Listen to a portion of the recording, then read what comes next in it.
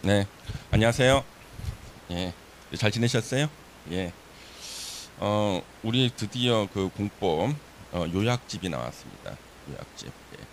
그래서 이 공법 요약집을 갖다가 제가 완성하고 난 다음에 하늘을 보고 한마디를 했습니다. 예, 진정 이걸 내가 만들었단 말인가? 너무 마음에 들어서. 예전에 그 영화 감독 중에 그 벤허라는 영화를 만든 감독이 영화를 완성하고 난 다음에 자기 스스로 감동을 받은 거예요. 어쩌면 내가 이렇게 좋은 영화를 만들 수 있을까? 그래서 하늘을 보면서 주여 진정 이 영화를 제가 만들었단 말입니까? 했다는 그런 얘기가 있습니다. 저도 그런 느낌이에요. 그래서 이게 작년 요약집보다 한 15페이지가 늘어났어요. 그 이유는 뭐냐 그러면은 우리 교수님들이 바뀌었습니다. 공법 출제위원들이 작년보다. 예, 그래서 그분들 취향에 맞게 내용 좀 더 추가했고요. 그 다음에 가장 최신 내용을 넣었습니다만 아시겠지만 우리 공법은 중간에 또 개정이 되죠. 그러면 개정됐을 때 개정된 부분을 수정하기 좋게 편집을 해놨어요. 수정하기 좋게 아주 편하게. 예, 그래서 이 요약집은 여러분들이 한 10번 이상 읽으시면 되고요. 근데 읽는 게 전혀 어렵지가 않습니다. 한눈에 다 들어오고 그 다음에 핵심 사항 우리가 강의 시간 하는 것들이 있죠. 예, 이거 거의 똑같이 들어가 있으니까 이걸 중심으로 해서 여러 번 보시면 돼요. 그래서 기본서는 우리가 이제 영어 공부할 때 사전 역할을 하고 사전 그렇죠? 여기 이제 여러분들이 앞으로 달달 외워서 시험장에 가실 겁니다. 그래서 요것만 잘 하시면은 작년에 보니까 뭐 이거 한 몇 번 읽으셨던 분 예, 기본 한 번도 안 보고 한 80점씩은 다 맞으셨더라고요. 예, 그래서 그것도 뭐 50대 후반 대신 누님께서 예, 50대 후반 누님은 공법 80점, 그다음에 20대 후반은 뭐 한 60점. 예, 이 공법은 나이와 상관없다는 거 우리 느낄 수가 있습니다. 그래서 그걸 공부하시면 되고 오늘 또 이제 그 국토계획법 체계도가 나갔죠? 예, 체계도가 나갔습니다. 전체적인 체계를 한 번씩 보시면서 하시면 되고 그다음에 이제 도시개발법 체계에도 뭐 정비법 체계 그 나올 겁니다. 그래서 그 체계도만 잘 모아놔도 한눈에 전체를 볼 수가 있어요. 그렇게 하시면 되겠습니다. 자, 우리 오늘 공부할 게 도시군 관리 계획인데 우리가 지난 시간에 공부했던 거 잘 기억이 안 납니다. 그렇죠? 예. 돌아서면 다 까먹으니까. 그리고 오늘 또 OX 문제 나가지 않습니까? 이 OX 문제도 계속 푸셔야 돼. 이슬비에 옷이 젖지 않습니까? 그래서 OX 문제 계속 풀다 보면은 나중에는 시험에 나오는 지문이 다 익숙해져 버립니다. 그래서 이 공법 공부를 갖다가 그렇게 하셔야 돼요. 제가 가르쳐 드리는 것처럼 예, 부담 없는 분량으로 이렇게 하다 보면은 나중에는 예, 그게 다 시험 점수 연결이 됩니다. 예. 자, 그러면 우리 오늘 도시군 관리 계획인데 우리 지난 시간에 공부했던 거. 자, 우리 부동산 공법이란 부동산에 대해서 규제와 조정을 가하는 법, 그렇죠? 부동산 공법이 118개나 있습니다만은 그 중에 딱 6개만 우리 시험 범위를 했습니다. 그 중에 가장 중요한 법, 국토의 계획 및 이용에 관한 법률, 줄여서 국토계획법, 이 부동산 공법의 기본법이고요. 이 국토계획법이 마스터가 되면은요, 이변이 없는 한 무조건 합격해요. 국토계획법. 그래서 국토계획법에 우리는 절반 이상의 시간을 투자해야 됩니다. 이 국토계획법 제일 먼저 공부한 것들이 국토계획법에서 광역도시계획이 나옵니다. 그래서 우리 부동산 공법 문제 1번이 광역도시계획이에요. 2개 이상 도시를 하나로 묶어서 그 도시의 기능과 역할을 분담시키는 게 광역도시계획.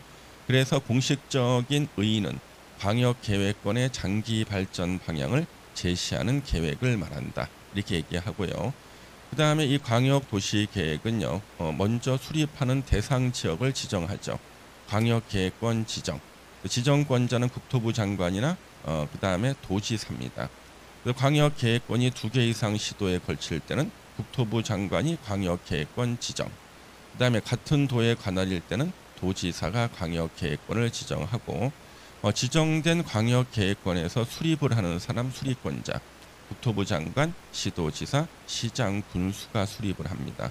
그래서 이 광역도시계획은 지정권자와 수립권자가 누가 되느냐가 중요하고요. 그 다음에 우리 어느 도시의 목표를 정하는 계획이 있었죠? 도시군 기본계획, 목표를 정하는 계획.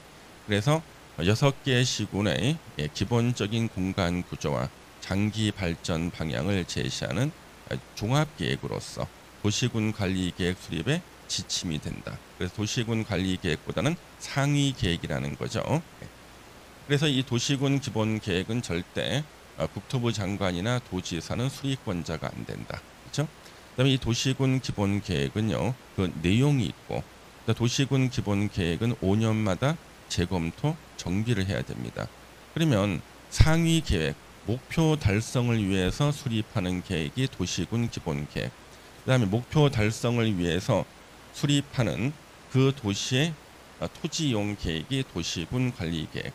그 도시가 시나 특별자치도일 때는 점하고 군자를 띄고 부르죠. 도시 관리 계획. 그러니까 서울시 도시 관리 계획. 그러면 도시 기본 계획과 도시 관리 계획을 합쳐서 부르는 말이 뭐죠? 도시 계획. 자, 도시 계획. 그래서 이 도시군 관리 계획은 일반 국민들한테 직접 효력이 미치는 구속력이 있는 계획이기 때문에 이것은 시험에 아주 많이 나옵니다. 그래서 도시군 관리 계획을 잘못 수립하면은 국민들한테 지자체장은 소송 제기를 당할 수가 있어요. 그래서 신중하게 수립합니다. 도시군 관리 계획에 대해서 이제 보기 전에 오늘 나누어 드린 게 전체 이 체계도죠. 네, 지금 체계도입니다. 그래서 글씨가 작으니까 여러분들 프린트물 보셔야 되고 두 가지로 한번 해봤습니다. 그래서 전체적인 체계에서 어디쯤 있는가 한번 보겠습니다. 여러분 프린트물 있으시니까 보시면 되는데, 자, 여기 국토계획법에요. 여기 광역도시계획 있었죠. 그 다음에 도시계획이 있고, 도시계획은 두 가지로 나눠지죠. 도시기본계획과 도시관리계획 두 가지로 나눠집니다. 그 다음에 도시관리계획의 내용이 나오죠. 용도지역 지정변경, 용도지구 지정변경, 용도구역 네 가지 있잖아요. 개발제한구역, 시가화조정구역, 수산자원보호구역, 도시자연공원구역 지정변경. 그 다음에 이번에 새로 들어온 것들이 있습니다. 그래서 도시혁신구역, 복합용도구역, 도시군 계획시설 입체복합구역, 그 다음에 도시군 관리계획 내용에 또 지구단위 계획도 있죠. 그 다음에 기반시설 설치 정비 개량이라는 게 있고요. 그 다음에 도시개발사업과 정비사업에 대한 계획이 있죠. 도시개발사업과 정비사업. 그래서 요 기반시설의 설치 정비 개량, 도로 설치, 학교 설치 같은 것을 다 도시군 관리계획으로 결정하는데, 기반시설 설치를 도시군 관리계획으로 결정하면 우리는 그 시설이 도시군 계획시설이 되죠. 그래서 도로는 어느 도시의 기반이 된다는 의미로 법령에 나열되어 있을 때는 기반시설, 그 도로를 특정한 도시에 설치하겠다고 그 도시의 도시군 관리계획으로 결정하면 도시군 계획시설이 되고, 이 도시군 계획시설을 설치, 정비, 개량하는 것을 도시군 계획 시설 사업이라고 합니다. 그래서 도로 설치 사업, 학교 설치 사업, 공원 설치 사업 그러고요. 그 다음에 여기 도시개발 사업과 정비 사업에 관한 계획이 도시군 관리 계획 내용인데, 그러면 도시군 관리 계획은 도시개발 사업 한다 안 한다 결정, 정비 사업 한다 안 한다 결정을 하고요. 한다고 결정이 됐을 때 도시개발 사업에 대해서는 우리가 뒤에서 공부할 도시개발법이 적용되고, 재개발, 재건축 같은 정비 사업에 대해서는 우리가 뒤에서 공부할 도시 및 주거 환경 정비법이 적용됩니다. 그러면은 도시군 계획시설 사업하고 도시개발 사업, 정비 사업 세 가지를 묶어서 우리가 하나로 부르는 용어가 있죠. 이 용어가 뭐예요? 도시군 계획 사업. 그렇죠? 그다음 우리 도시군 계획 사업에 저촉될 우려가 있는 행위를 개발 행위라 그래. 그러면 개발 행위를 할 때는 개발 행위 허가를 받아야 된다. 이게 전체적인 국토계획법의 체계예요. 그래서 이 전체적인 체계를 갖다가 머릿속에 그리면서 우리가 지금 어디쯤을 공부하고 있는지를 보면은요, 내용을 안 까먹어. 근데 주변에 공부하시는 분들을 보면 한참 책을 막 읽고 있어. 지금 어디를 공부하십니까? 그러면은 본인이 어디를 공부하는지를 몰라. 예. 망망대해에서 수영을 하는데 방향이 어딘지를 몰라.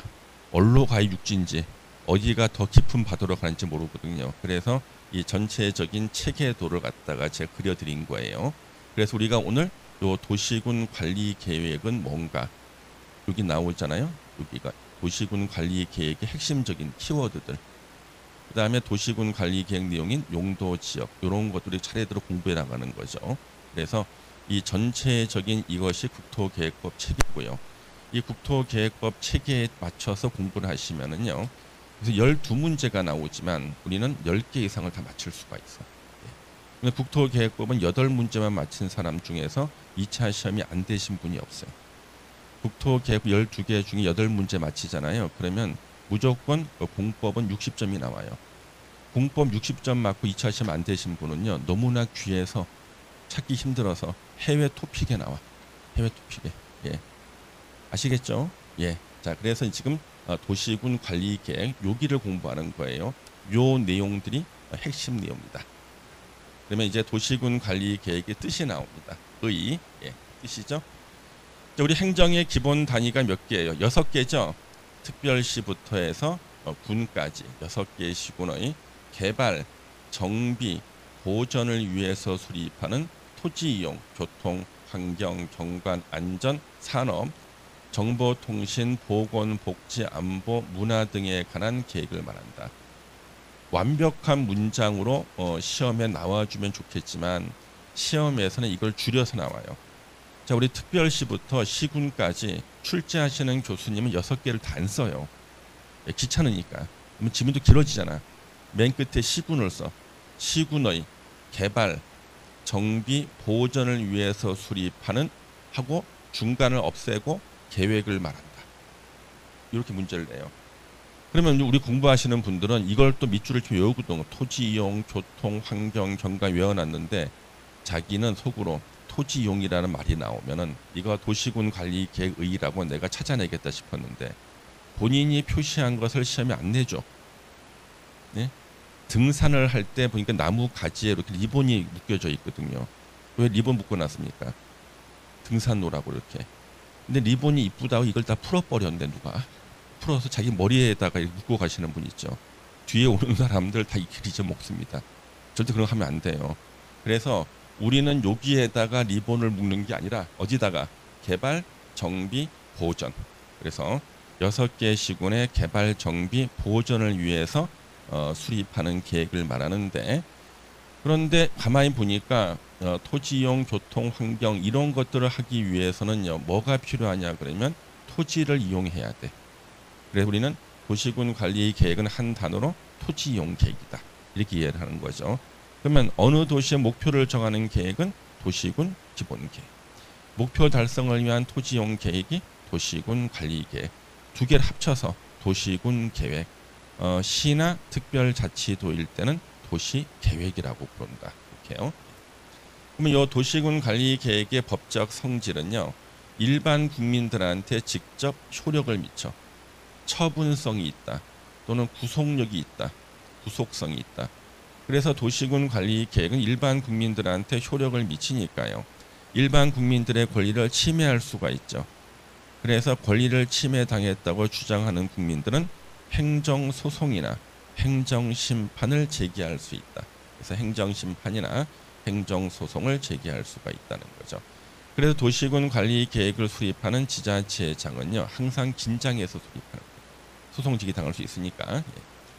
그러면 우리 도시군 관리 계획으로 하는 일을 뭐라 그래요? 내용이라고 한다. 예. 내용은 반드시 암기해 줘야 돼. 왜? 시험에 계속 나오니까 반드시 암기. 그러면 도시군 관리 계획으로 하는 일 내용, 용도 지역, 용도 지구 지정 변경, 도시 지역, 관리 지역, 농림 지역, 자연환경 보전 지역 이런 용도 지역을 지정 변경을 도시 관리 계획으로 합니다. 용도지구, 방화지구, 경관지구, 칠학지구 이런 거 지정 변경 도시군 관리 계획으로 하고요. 자, 2번은 이제 용도 구역이 4개가 나와요. 개발 제한 구역, 그린벨트, 그렇죠? 도시 자연 공원 구역, 도시 지역 안에 주말에 등산 가는 산입니다. 그 수락산 같은데 도시 자연 공원 구역, 시가화 조정 구역, 시가화라는 뜻, 도시 거리화되는 것을 시가화. 이것을 조정이라는 것은 일정 기간 금지한다는 뜻이에요. 도시 거리화되는 것을 일정 기간 금지한다. 시가화 조정구역. 시가화 조정구역 영종도 347만 평 지정한 적이 있었고, 수산자원 보호구역 통영 앞바다 굴양식장 주변, 강원도 양양의 연어길 주변, 이런 게 수산자원 보호구역. 요거 지정이나 변경을 뭘로 해요? 도시군 관리계획으로. 기반시설, 도로, 공원, 학교 이런 기반시설 설치, 정비, 개량도 도시군 관리계획으로 한다. 그 다음에 도시개발사업이나 정비사업에 관한 계획도 도시군 관리계획으로 결정을 해요. 그래서 도시개발사업 한다 안 한다, 정비사업 한다 안 한다, 이거 도시군 관리계획으로 결정하는데, 아까 우리 체계도에서 본 것처럼요, 만약에 도시개발사업 한다고 결정이 됐을 때 구체적인 절차는 도시개발법, 정비사업, 재개발, 재건축한다 결정됐을 때 구체적인 절차는 도시 및 주거환경정비법이 적용이 돼요. 그래서 우리가 뒤에서 도시개발법하고 도시 및 주거환경정비법 공부할 때 교수님 왜 국토계획법에서 공부했던 내용들이 이렇게 다시 또 유사하게 나오죠? 얘네들의 출신이 어디야? 도시관리계획 출신이니까. 그렇죠? 여기서 나왔다는 거죠. 그러면 우리가 공부를 못해도 눈치는 있어요. 예, 국토계획법과 도시개발법과 정비법은 하나의 세트구나. 그렇죠? 하나의 세트구나. 그렇죠? 그래서 하나의 세트로 묶어져 있고, 우리 대규모 건축이 있을 때 수립하는 계획이 뭐죠? 지구 단위 계획. 대규모 건축이 있을 때. 그래서 지구 단위 계획구역 지정 변경, 지구 단위 계획 수립 변경 다 도시군 관리 계획으로 해요. 일단 6번, 7번, 8번이 작년에 새로 신설됐고요. 6번, 7번, 8번은 시험에 나온다 이거죠. 6번 도시혁신구역, 혁신적으로 규제를 풀어주는 곳이에요. 거의 다 역세권 주변입니다. 그래서 역세권 주변에서 용적률 같은 것을 막 풀어줘. 못 짓던 건물도 막 짓게 해줘. 그러면 효과가 크게 나오겠죠. 산꼭대기에서 만약에 규제 풀어줘 봤자 뭔 좋은 일이 있겠습니까? 그렇죠? 그래서 역세권 주변 같은 데서 규제를 혁신적으로 풀어주는 곳이 도시혁신구역이다. 요거 지정 변경과 그 계획도 도시군 관리계획. 복합용도구역 지정 변경. 이 복합용도구역은요, 우리가 용도 지역에 주거, 상업, 공업적 막 나올 때 주거 지역에서는 주택만 짓고, 상업 지역에서 상가만 짓고, 공업 지역에서는 공장만 주로 지어라. 이게 기존의 용도 지역 제도인데 이걸 허물어. 왜? 내가 주거 지역에 살고 있는데 내 집에서 나와서 일자리가 있는 상업 지역이나 공업 지역 가는데 2시간 걸려. 그러면 이거 엄청 낭비죠. 그래서 이제 직주 근접 그래가지고 문 열고 나와서 조금만 가면 자기 직장이 있고 이렇게 만들겠다. 그래서 용도 지역의 벽을 허무는 것이 복합 용도 구역이다. 요거 지정되면요, 그동안 주택 못 짓게 했던 공장 주변에다가도 주택 막 짓게 해줍니다. 그러면 자기 일하는 곳 옆에 살 수 있지 않습니까? 그다음 이제 도시군 계획시설 입체 복합구역은요, 지금까지는 우리나라가요 도시 계획이 흩어놨어요. 철도역은 여기 있고 고속버스 터미널은 저기 있어. 예. 그 다음에 뭐 야구장이나 축구장은 저쪽에 있고 공원은 또 저기. 예. 그 다음에 유통시설, 대형 마트나 이런 것들은 또 저쪽에 흩어놓은 거예요. 이러니까요, 이게 효율성이 떨어지죠. 그래서 10개 이상의 도시군 계획시설을 한 군데 모으겠대. 그래서 지하에는 지하철, GTX, 그 다음에 지하 1층에는 지하 광장, 도시계획시설이죠. 1층에는요 고속버스 터미널, 2층에는 유통시설, 어떤 거 스타필드 이런 것들 있죠. 이마트, 트레이더스 이런 것들. 옆에는 보니까 BRT가 다녀. BRT 세종에 있죠. BRT 다니고 옆에 철도가 있고 그 옆에 큰 야구장, 축구장이 막 이렇게 있어요. 옆에 또 공원도 있고. 그러니까 이 도시군 계획시설을 갖다가 도시계획시설을 한 군데 모아놓는 곳이 어디라는 거예요. 도시계획시설 입체 복합구역. 입체.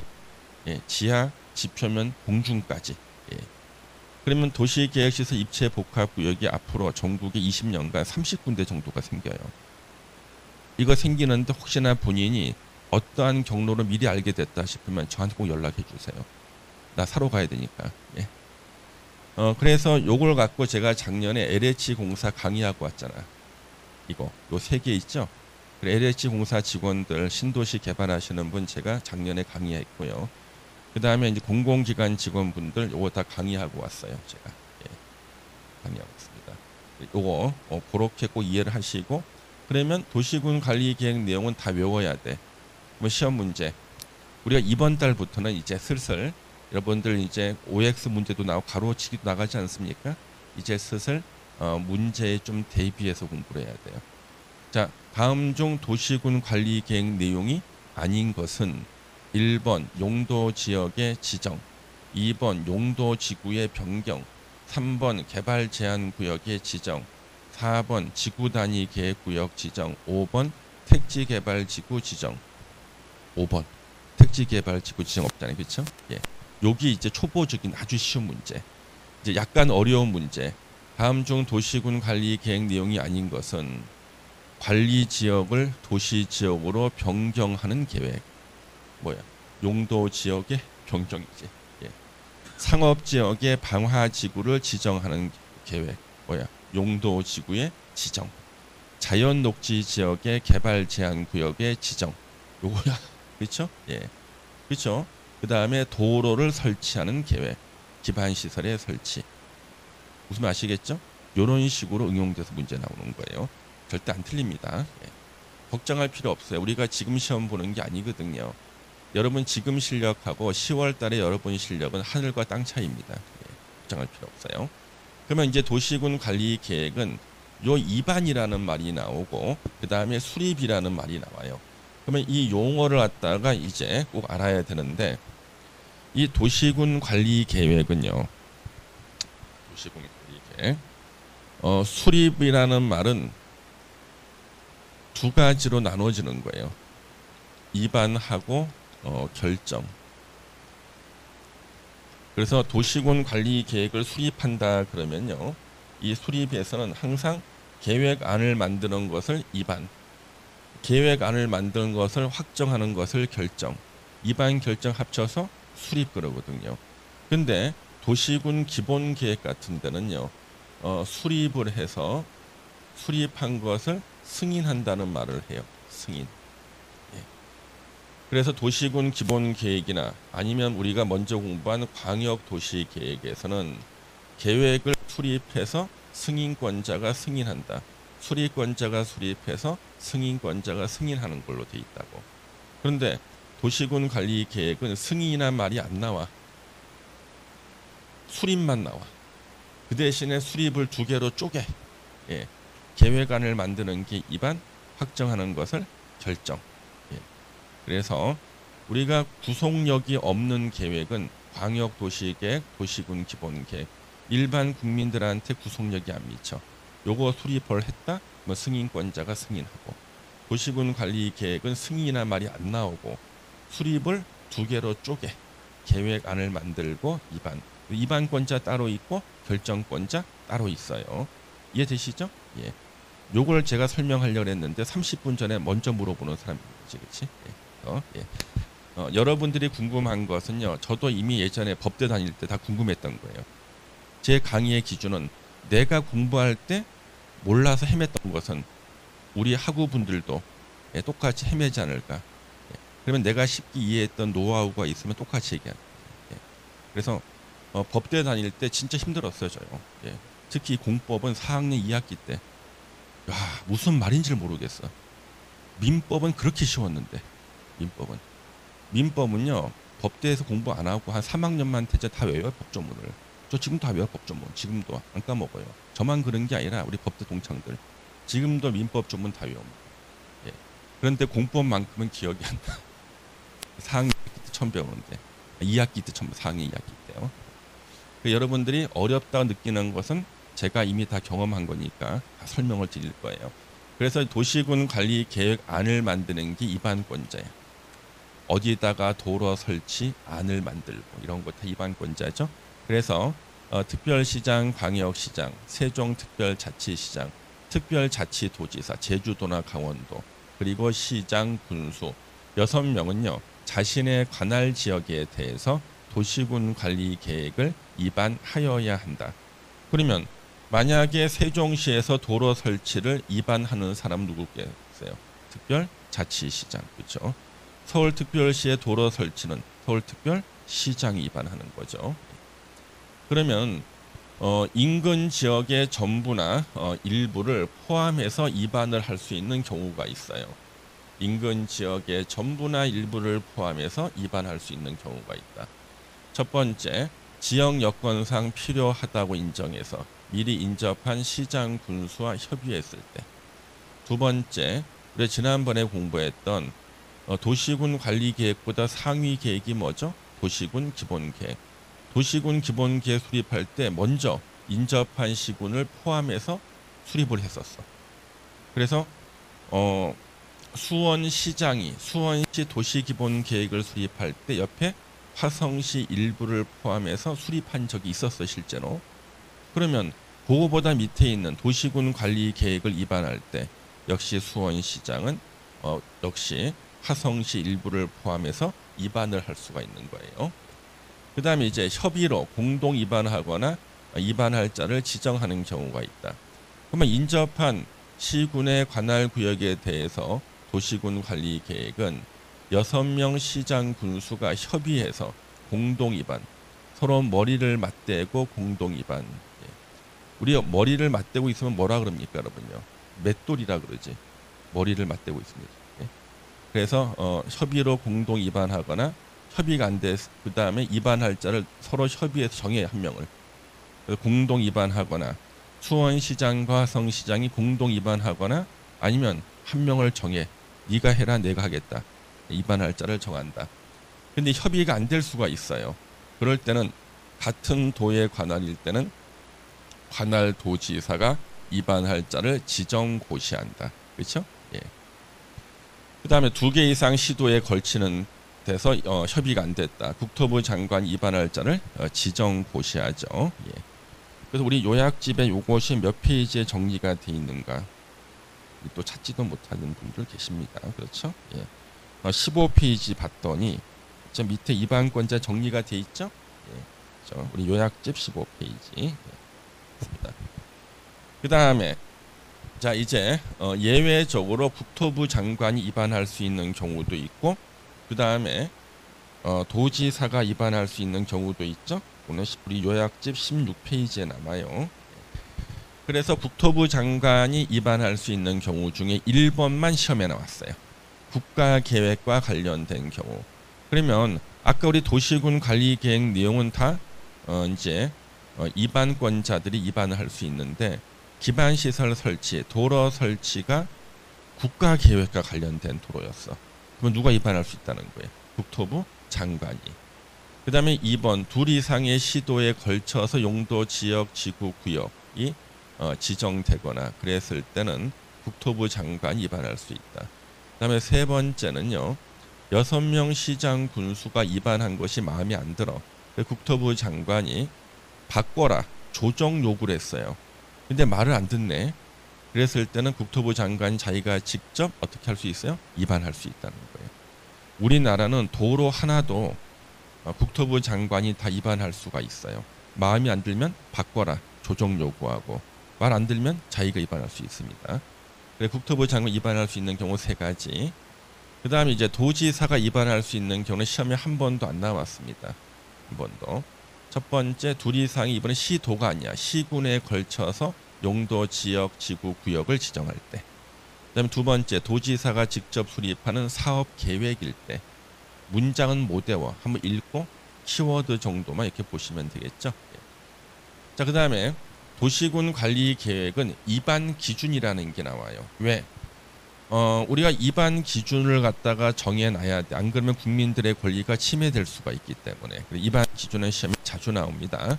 자, 입안 기준, 도시군 관리 계획은 광역 도시 계획과 도시군 기본 계획에 부합되어야 한다. 그러면 위에 있는 계획이 뭐야? 광역 도시 계획. 그 밑에 도시군 기본 계획. 그 밑에 도시군 관리 계획. 그래서 도시군 관리 계획은 광역이나 기본 계획에 부합돼야 되고, 여기서 시험에 나왔던 판례가 하나가 있어요. 단 위반되어도 당연 무효는 아니다. 당연 무효는 아니다. 이게 대법원 판례고 시험에 나온 적이 있습니다. 그래서 도시군 관리 계획은 자기보다 위에 있는 광역이나 기본 계획에 부합해야 되는데, 근데 위반됐다고 해서 무조건 무효가 되는 건 아니다. 무효가 될 수도 있고 유효가 될 수도 있다. 그럼 한번 생각해 보세요. 도시군 관리 계획으로 이제 댐을 하나 설치했습니다. 예, 댐을. 그런데 문제가 봤더니 이 댐이 광역이나 기본 계획에 따르면은 거기다 설치하면 안 되는 댐이야. 50m 뒤에다 설치해야 돼. 그러면 잘못됐으니까 그 댐 설치로 인해서 50m 뒤에 설치했으면은 자기 집이 물에 잠기지 않았을 사람도 있을 거 아니에요. 이 사람이 만약 소송을 제기했다. 이 사람 당연히 이길 거 아니에요. 승소. 우리 재판의 기본은요, 승소 판결을 받으면 원상 회복이야 원래. 그럼 어떻게 해야 돼 이제? 댐의 물을 다 퍼내야지. 퍼내고 댐을 부시고 50m 뒤에다 다시 설치해야 될 거 아니에요. 이게 원칙인데 그렇게는 못하잖아. 그래서 어떻게 하는 거예요? 예, 도시군 관리 계획은 광역이나 기본 계획에 부합해야 된다. 단 위반되어도 당연 무효는 아니다. 효력을 유지하겠다. 왜? 도저히 물을 갖다 퍼낼 수도 없잖아. 바가지로 퍼낼 수 없잖아. 그렇죠? 그랬을 때는 보상을 해주는 걸로 하고 그것은 그대로 유지하겠다. 이런 얘기라고. 이해되시죠? 예, 그래서 판례 나왔었어요. 이제. 그 다음 여기 보시면은 국토부 장관, 시도지사, 시장, 군수는 도시군 관리 계획 위반할 때는요, 도시군 관리 계획 도서, 서류와 그림입니다. 이를 보조하는 계획 설명서를 작성해야 된다. 자, 도시군 관리 계획 도서와 계획 설명서는 누가 작성하는 거예요? 예? 위반권자가. 예, 작성하는 거고. 그 다음에 요 3번은 시험에 많이 나왔죠. 도시군 관리 계획은 계획의 상세 정도, 도시군 관리 계획으로 결정해야 하는 기반시설 종류 등에 대해서 도시 및 농산어촌의 인구 밀도, 토지 이용의 특성, 주변 환경 등을 종합적으로 고려하여 차등을 두어 위반해야 된다. 그럼 어떤 분은요, 여기다가 밑줄을 치는 분들이 있어요. 기반시설의 종류, 도시, 농산어촌. 이거 아니야. 예. 엉뚱한 데 밑줄 치면 안 된다고. 이거 읽다가 정작 중요한 시험 지문을 못 읽어. 여기까지 힘이 떨어져서 못 와. 차등을 두어 위반해야 된다. 그렇죠? 자, 도시군 관리 계획으로 도로 설치 위반할 때 우리 서울에서 위반하는 거하고요, 산꼭대기에서 위반하는 것은 같을 수가 없죠. 차등을 둬서 위반해야 되는 거다. 핵심은 도시군 관리 계획 위반은 차등을 둬서 위반해야 된다. 평등한 것이 항상 좋은 게 아니에요. 우리 시험 범위에서 차등이라는 단어가 옳은 것이 이 지문 한 개밖에 없어요. 다른 데는 평등, 여기는 차등이야. 그렇죠?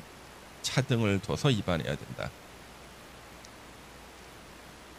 그래서 가끔 가다가 이 학원에 강의하러 오면은 아주 맛있는 차를 저한테 주시는 분이 있어요. 예. 그리고 옆에 있는 언니한테는 맛이 없는 차를 줘. 왜? 차등을 두는 거지. 그렇죠? 예. 그리고 한마디 하잖아요. 선생님하고 너하고 같니? 막 그러지 않습니까? 이 다 뭐야? 차등을 주는 거예요. 차등. 예. 그래서 차등을 둬서 위반을 해야 된다. 그다음 우리 위반의 특례. 요 1번이 예전에 시험이 안 나오다가, 이게 한 20년간 안 나오다가요, 최근 몇 년 사이에 아주 자주 나와요. 자, 조속히 위반해야 할 필요가 있다고 인정하면 광역이나 기본계획 수립할 때 함께 위반할 수 있다. 이게 무슨 뜻이야? 원래는 광역도시계획 먼저 수립하고 그 다음에 도시군 기본계획 수립하고 도시군 관리계획 위반하는 게 원칙인데, 조속히 위반해야 될 필요가 있을 때는요, 함께 위반할 수 있다. 20년간 시험에 안 나오다가 왜 최근에 자주 나오는가? 최근에 이 조문을 쓰고 있어서 그런 거예요. 예. 왜? 각종 위원회의 위원들이 있잖아요. 저 수립할 때 위원들한테 3번 오라는 거예요. 자, 광역도시계획 수립할 때 한번 오세요. 왔어. 또 연락이 와. 도시군 기본계획 할 때 또 오세요. 도시군 관리계 또 오세요. 3번 오라 그러면요 이분들이 오기가 싫어요. 왜? 수당이 별로 안 돼. 예. 수당 말해도 되나 금액? 예. 40만 원. 40만 원. 예. 제가 최근까지 제가 한번 갈 때마다 40만 원 받았습니다. 예. 이건 뭐 국가 기밀도 아니니까. 예. 40만 원 받았어. 그러면 40만 원 받고 3번 오라면 안 오거든요. 예. 그렇죠? 예. 그래가지고 어떻게 한 번 오시라 그러고 봉투 3개를 주는 거예요. 요거는 광역도시계획이고 이건 도시군 기본계획, 이건 도시군 관리계획 위반한 거니까 이왕 한 번 오신 김에 다 사인하고 가세요. 일만 좋아. 깔끔하죠, 그렇죠? 그래서 함께 위반할 수 있다. 언제? 조속히 위반해야 될 필요가 있다고 인정이 되면. 그래 요즘에 이렇게 하다 보니까 이게 시험에 계속 나오는 거예요. 써먹는 조문들은 시험에 나온다. 이거 써먹는지 안 써먹는지는 제가 어떻게 알겠습니까? 예? 우리 각종 학회라든가 우리 그 부동산학과 교수님들 저 빼고는 다 출제위원들입니다. 저 교수님은 공법, 저 교수님은 부동산학회론, 저 교수님은 공시법, 저 교수님은 출제위원장. 예. 그래서 최근에 쓰고 있는 것들은 작년까지 시험 안 나왔다 나오는 거예요. 예. 그래서 특히 공법이 제일 심해요. 예. 위반할 수 있다. 함께. 그렇죠? 요 2번은요 한 번도 시험에 안 나왔어요. 한 번도. 자, 우리 위반권자들이 필요하다고 인정이 되면 위반할 때 협의해야 할 사항에 관해서 관계 중앙행정기관의 장이나 관계행정기관의 장과 협의할 수 있다. 자, 이것은 무슨 뜻이냐 그러면요 우리가 위반을 한 것을 나중에 결정권자가 결정하거든요. 결정을 할 때 관계 행정기관의 장과 협의해서 결정을 해요. 그런데 위반하는 위반권자가 내가 위반을 했는데 나중에 결정권자가 관계 행정기관의 장, 예를 들면은 국방부 장관이나 환경부 장관하고 협의를 하는데 그때 가서 환경부 장관이 안 된다 그러면요 처음부터 위반을 안 할 걸 괜히 했잖아. 그렇잖아요. 예. 그럴 때 위반할 때 결정권자하고 협의할 그 관계행정기관의 장, 중앙자도 붙죠. 예. 국방부 장관이나 환경부 장관한테 내가 이렇게 위반할 건데 혹시 나중에 결정권자하고 협의할 때 너 반대하지 않겠니 물어보는 거예요. 반대하겠다 그러면 아예 위반 안 하거나 관계행정기관의 장이 반대 안 할 만하게 위반하겠죠. 미리 물어볼 수 있는 거예요. 나 시험 한 번도 안 나와서 이거는요. 자, 주민의 위반 제한. 자, 주민 뒤에 이해관계자 포함이라고 돼 있죠. 자, 이해관계자는 누구라 그랬습니까? 지난달에 공부하신 분들. 건설회사나 시행사다. 100%. 그래서 주민이 위반을 제한할 수 있다. 그러면 만약에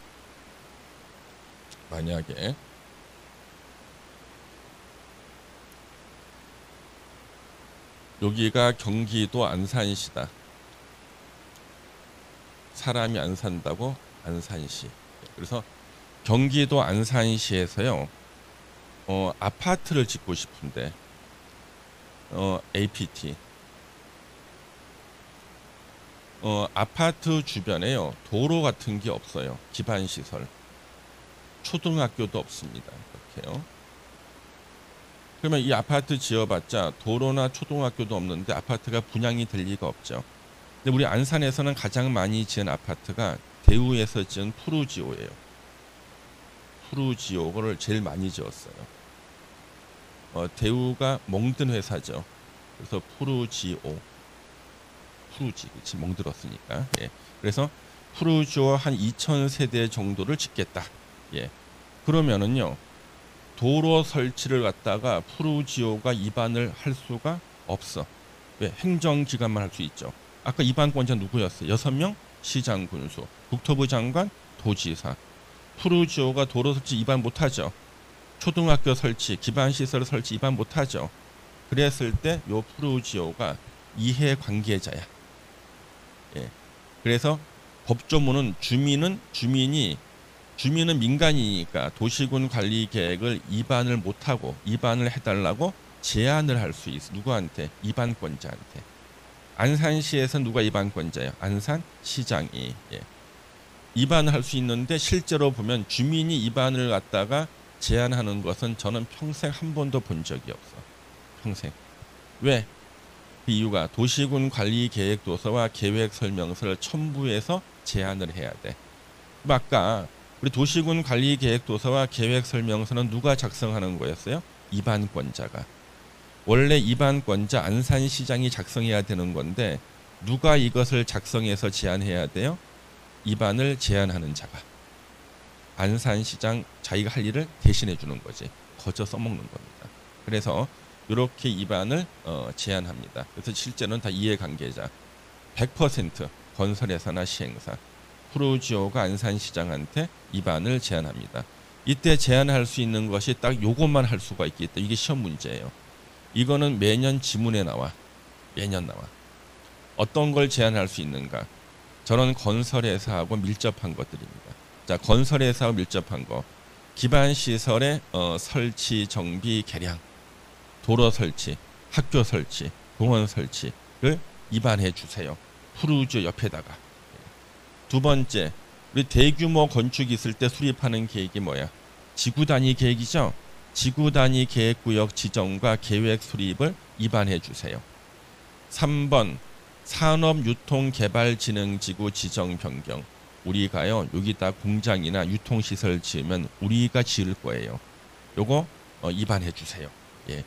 그 다음에 두 번째는요, 용도지구를 요즘에는 많이 폐지를 해요. 그러니까 경관지구 같은 거 지정하면 건물을 4층 이하로 지어야 된다 그러는데 경관지구를 없애고 지구 단위 계획으로 대체해. 경관지구 폐지하고요. 앞으로 여기는 지구 단위 계획을 하겠습니다. 봤더니 4층 이하로 지으래. 똑같아. 예. 지구 단위 계획으로 대체하기 위한 용도지구를 입안을 해주세요. 예. 그래서 요 근처에 푸르지오 근처에 경관지구가 있었거든. 요거 없애고요. 여기다 지구 단위 계획으로 그냥 4층 이하로 넣어주세요. 거지. 그 다음에 4번 뭐예요? 도시계획시설 입체복합구역을 지정 변경해 주세요. 그래서 우리 건설회사가 지하에다가는 철도 넣고 지하철 공사도 하고요. 그 다음에 지표면에는 지상에는 고속버스 터미널, 2층에는 유통시설도 지을게요. 막 그러는 거죠. 예. 그래서 이것이 입안을 제한할 수 있는 건데 시험에서는 뭐가 나오는 거예요? 틀린 지문으로. 용도 지역 지정이나 변경을 입안해 달라고 제안할 수 있다. 이거 X죠. 없죠 이거. 만약에 이걸 제안할 수 있으면은요, 저는 이럴 거예요. 현재 땅값이 떨어지는 농림지역 땅이야. 이 농림지역을요 도시지역으로 변경을 입안해 주세요 그럴 거 아니야. 그렇죠. 그래서 이건 안 된다는 거예요. 이런 거. 그래서 요걸 계속 시험에 내시는 교수님이 계셔서 제가 9월 달에 이제 예상 문제를 강의할 때 용도 지역 지정이나 변경을 시험에 틀린 지문 낼 거다 그랬거든요. 근데 시험 문제 뭐가 나왔냐면 용도 구역 지정 변경으로 나왔어요. 제가 틀린 문제를 요걸 쓰실 거라 그랬거든. 그 교수님이 항상 이걸 썼거든. 다른 시험에서. 그랬더니 그분이 이걸 안 내고 틀린 지문 용도 구역 지정 변경. 물론 그것도 안 되는 거죠. 그렇죠? 예. 그래서 왜 갑자기 틀린 지문을 바꾸셨나 했더니 나중에 알았어요. 6개월쯤 후에. 우리 부동산학과 교수님들 모임에 나갔을 때 인사를 하시다가 처음 봤는데 제 강의 잘 들었대. 이게 무슨 일인가 봤더니 하도 공법이 개정되는 게 많으니까 출제하시는 교수님들이 불안해가지고요. 그때 제가 EBS에서 강의를 찍어놓은 게 있는데 EBS 강의를 다 들으신 거예요. 학생들하고 같이. 우리 부동산학과 학생들은 특히 지방이 2년제 우리 부동산학과 있잖아요. 1학년 때 1차 합격, 아니면 2학년 때 2차 합격, 아니면 2학년 때 1, 2차 동시 합격. 이게 목표야. 이게 목표. 그러면 하도 공부를 안 하니까 학생들한테 야 우리 동영상으로 공부하자면 교수님이 같이 보고 강의를 선택해주고 막 그런 경우도 있어요. 근데 제가 본인이 매일 틀리게 냈던 용도 지역 지정 변경 시험에 나올 거라 그러니까 자존심이 상하셔가지고 용도 구역 지정 변경으로 틀린 정답을 바꾸셨습니다. 자, 그래서 이런 것들은 반드시 기억을 하셔야 돼요. 예. 그럼 이반을 제한하려는 자는요, 토지 소유자의 동의를 받아야 됩니다. 그래서 기반시설 설치, 정비, 개량, 도로 설치 이럴 때는 도로 설치할 토지 면적 5분의 4 이상 토지 소유자의 동의 받아라. 나머지는 다 뭐예요? 나머지는 다 3분의 2 이상 동의를 받아라. 그래서 5, 4, 3, 2 시험이 몇 번 나왔어요? 5, 4, 3, 2 그래서 도로 설치 이반을 제한하고 싶다. 도로가 설치될 땅 토지 면적 5분의 4 이상 토지 소유자의 동의를 받아라. 나머지 지구 단위 계획 같은 거는 3분의 2다. 그래서 5, 4, 3, 2. 여기서 이것도 시험 문제죠. 이 경우 동의 대상 토지 면적에서 국유지나 공유지, 지자체 땅입니다. 그 공유지는 제외한다. 국유지나 공유지는 제외. 예. 그래서 국가 지자체 땅을 빼고 5분의 4, 3분의 2 동의를 받아야 됩니다. 그다음에 자문. 자문은 심의보다 정도가 떨어지는 게 자문이에요. 한번 물어보는 게 자문입니다. 그래서 이반권자들이거든. 이 사람들이 이반권자는 주민의 제안을 반영할 것인지 여부를 결정함에 있어서 필요한 경우에는 중도이나 지도위에 자문을 거칠 수 있다. 무조건 거쳐야 되는 게 아니죠. 거칠 수 있다죠. 예. 그 다음에 동그라미 2번은요. 아까 원래 도시군 관리계획 도서와 계획 설명서는 원래 누가 작성하는 거였어요? 이반권자가. 근데 아까 이반을 제안하는 사람한테 이것을 만들어서 첨부하라 그랬죠. 그러면 이제 거저 써먹는 거잖아요. 그래서 거저 근거 없이 써먹으면 안 되니까 조문을 만들어 놨어요. 제안서에 첨부된 도시군 관리계획 도서와 계획 설명서를 도시군 관리계획 입안에 활용할 수 있다. 입안에 거저 써먹을 수 있다는 근거 조문이고요. 그 다음 처리 결과 통보. 입안 제안을 받은 입안권자들은 며칠 내에 45일 내 입안에 반영할 것인지 거절할 것인지를 제안자에게 통보하고 부득이한 사정이 있을 때는 1회에 한해서 30일 연장할 수가 있습니다. 그 다음에 이제 비용 부담. 이것도 시험에 정답으로 많이 나왔어요. 입안을 제안받은 그 입안권자는 제안자와 협의해서 제안된 도시군 관리 계획에 입안하고 결정에 필요한 비용이에요. 기초조사하고 막 이런 것들이겠죠. 입안 결정에 필요한 비용, 절대 공사비가 아닙니다. 입안 결정에 필요한 비용의 전부나 일부를 제안자에게 부담시킬 수 있다. 그럼 아까 푸르지오가 저게 도로 설치 입안하는데 들어가는 비용 다 부담할 수 있죠. 그러면 푸르지오는 이것을 누구에게 전가시키겠어요? 입주자들한테. 그렇죠. 그래서 시험 문제에서 이게 정답 계속 나왔습니다. OX로 대답해 보세요. 입안 결정에 필요한 전부를 제안자에게 부담시켜야 한다. X. 전부나 일부를 제안자에게 부담시킬 수 있다. O. 예. 이게 정답으로 한 4번, 5번 나왔구나. 예. 보시면 되겠습니다. 일단 여기까지 보셨죠? 이제 잠시 쉬었다가 입안 절차부터 보겠습니다.